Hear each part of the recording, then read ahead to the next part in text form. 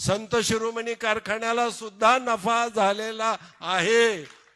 बंद पडलेला कारखाना आपण सुरू केला, पण ठीक आहे, तरी सुद्धा विरोधक म्हणतात की चौकशी झाली पाहिजे, प्रशासक नेमला पाहिजे.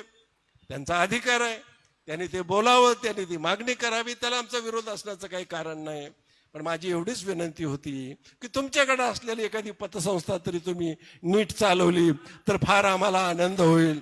तुमच्या दारासमोर ऊसाचे पैसे मिळत नाहीत म्हणून शेतकरी कपडे काढून बसलेत, किमान त्यांना जाऊन भेटा तरी, किंवा मी सांगून लोकांनी तुमच्याकडे बघून त्या कारखान्याला ऊस घातलाय, बाहेरच्या माणसाकडे बघून कोणी ऊस घातलेला नाही. हे प्रश्न सोडवा. आणि ज्यांनी मांजरा कारखान्याला चॅलेंज दिलं होतं की त्याच्यापेक्षा 100 रुपये जास्त भाव देऊ, माझं त्यांना म्हणणं आहे, मांजराचं नंतर बघा, कंचेश्वर एवढा आपलं संत शिरोमणी एवढा जरी भाव तुम्हाला देता आला तरी खूप झालं. अशा प्रकारचं भूमिका आपण मांडली पाहिजे.